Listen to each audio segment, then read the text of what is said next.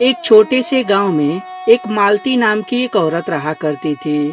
मालती बहुत ही संस्कारी और शरीफ किस्म की औरत थी। मालती इतनी गरीब थी कि उसके घर में 2 वक्त का खाना तक नसीब नहीं होता था। मालती के पति का नाम रामू था। रामू भी इधर उधर गांव में भटकता, जो भी उसे काम मिलता था उसे किया करता था, जिससे उसके परिवार का रोजी रोटी चलता था।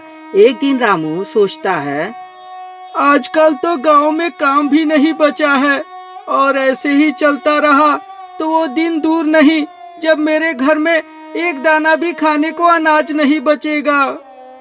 और यह सोचकर रामू डिसाइड करता है कि अब वो दूसरे गांव में भी काम करने जाया करेगा।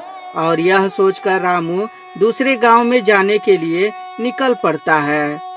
दूसरे गांव जाने के लिए बीच में एक जंगल भी पड़ता था, जिसे पार करके जाना पड़ता था। रामू थोड़ी दूर चलने के बाद थक जाता है और एक पेड़ के नीचे चुपचाप बैठ जाता है। आज तो बहुत ज्यादा गर्मी है और साथ ही में इतना तेज धूप भी है। ऐसे में मैं उस गांव के पास जाऊं भी तो क्या मुझे काम मिलेगा? लेकिन अगर जो काम की तलाश में नहीं जाऊंगा तो मेरा परिवार आज क्या खाएगा? मुझे तो किसी न किसी तरह से गांव के उस पार जाना ही होगा और साथ ही साथ अपने लिए काम भी ढूंढना ही पड़ेगा।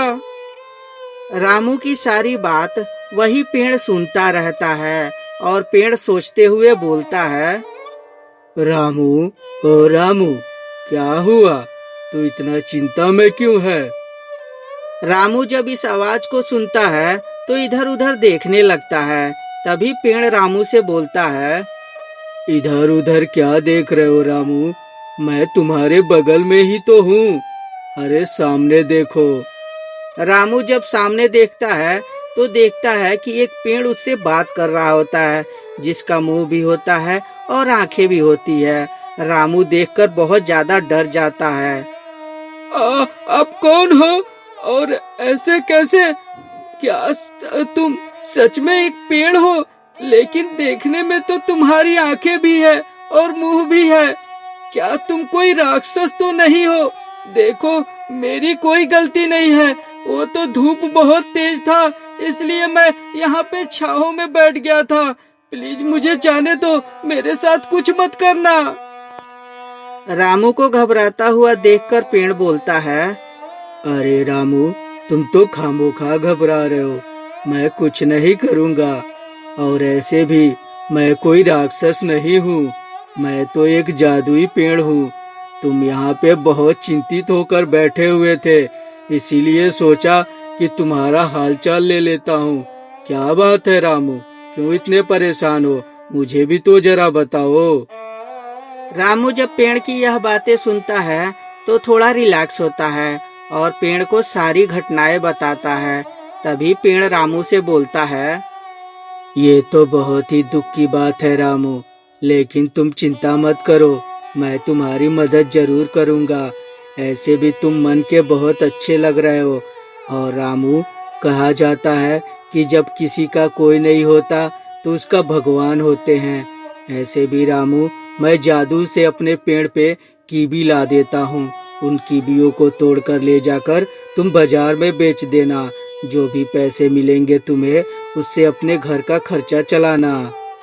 और यह बोलकर पेड़ अपनी शाखाओं पे ढेर सारा कीवी का फल ला देता है और रामू से बोलता है, रामू, अब तुम फटाफट इन कीवियों को तोड़ लो और ले जाकर बाजार में बेच दो। पेड़ की बातें सुनकर रामू फटाफट एक टोकरी कीवी तोड़ लेता है और कीवी तोड़ने के बाद, पेड़ भाई, आपका बहुत बहुत शुक्रिया। मुझे तो लग रहा था कि आज मुझे कोई काम नहीं मिलेगा तो मेरा परिवार भूखा ही रहेगा, लेकिन आपके जैसा नेक कोई पेड़ रहे तो कोई भी इंसान भूखा नहीं रहेगा। और यह बोलकर रामू कीवी की टोकरी को अपने सर पे रखकर बाजार में बेचने के लिए निकल जाता है। शाम को जब रामू कीवी को बेचकर राशन लेकर अपने घर पहुंचता है, तभी उसकी पत्नी, ओ जी, आज आपको ज्यादा पैसे मिले हैं क्या? आपने एक बोरा चावल भी ला दिया है और साथ ही साथ हरी सब्जियां भी लाए हैं। अपनी पत्नी की बात सुनकर रामू सारी बात बताता है। तभी रामू की पत्नी, ये क्या कह रहे हैं आप? क्या सच में पेड़ आपसे बातें कर रहा था और पेड़ ने ही आपको कीवी भी दिया जिसे ले जाकर आप बाजार में बेचकर राशन खरीद के लाए हैं? हाँ मालती, ये सच है। वो पेड़ सच में बहुत ही ज्यादा दयालु था। ऐसे पेड़ रहे तो हमारे जैसे गरीब कभी भी भूखे नहीं सोएंगे। धीरे धीरे समय गुजरता जाता है। रामू एक दिन फिर से कीवी के पेड़ के पास जाता है और जाकर, पेड़ महाराज, मुझे माफ कर दीजिए। मैं बहुत दिनों से आपसे मिलने नहीं आ पाया क्योंकि गांव में मुझे बहुत ही सारा काम मिल गया था जिसे खत्म करने में इतना दिन लग गया। आज फिर से मुझे 2-3 दिनों से काम नहीं मिला है, तो क्या आप मेरी मदद करेंगे? पेड़ जब रामू की यह बातें सुनता है तो बोलता है, अरे रामू, मैं लोगों की मदद करने के लिए ही हूँ यहाँ पे, और ऐसे भी तुम्हारे जैसे शरीफ इंसान रहे तो उसकी मदद क्यों नहीं करूँगा। और हाँ रामू, जब भी तुम्हें कहीं काम ना मिले और जब भी तुम्हें लगे कि मेरी आवश्यकता है तुम्हें, तो बेझिझक मेरे पास आया करो। मैं तुम्हारी मदद जिंदगी भर करूँगा। और यह बोलकर पेड़ फिर से अपने ऊपर ढेर सारे कीवी के फल लगा देता है और रामू से बोलता है, आओ रामू, इन कीवियों को तोड़कर टोकरी में भर लो और ले जाकर इसे बाजार में बेच दो। पेड़ की बात सुनकर रामू अपने लिए एक टोकरी कीवी तोड़ लेता है और पेड़ को धन्यवाद बोलता है और उसे सर पर रखकर बाजार में बेचने के लिए निकल जाता है।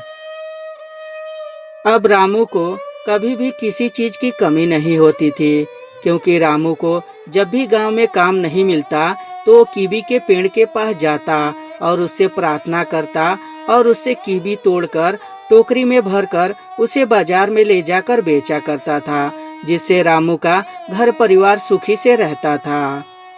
तो दोस्तों, ये छोटी सी कहानी आपको कैसी लगी हमें कमेंट करके जरूर बताएं। कहानी अच्छी लगी हो तो कृपया लाइक कर दें और हमारे चैनल को सब्सक्राइब करते समय घंटी भी दबा दें। और हाँ दोस्तों, आजकल आप लोग प्यार और अपना सपोर्ट मुझे नहीं दिखा रहे हैं दोस्तों। मेरी वीडियो पे ज़्यादा तो लाइक भी नहीं आ रहा है और साथ ही साथ मेरे वीडियो को ज़्यादा लोग सब्सक्राइब भी नहीं कर रहे हैं। तो आप लोगों से रिक्वेस्ट है दोस्तों कि प्लीज़ हमारे वीडियो को लाइक जरूर किया करिए और अपना प्यारा सा एक कमेंट भी छोड़ दिया करिए, जिससे हमें ये पता चलता रहेगा कि आप हमारे वीडियो को पसंद कर रहे हैं।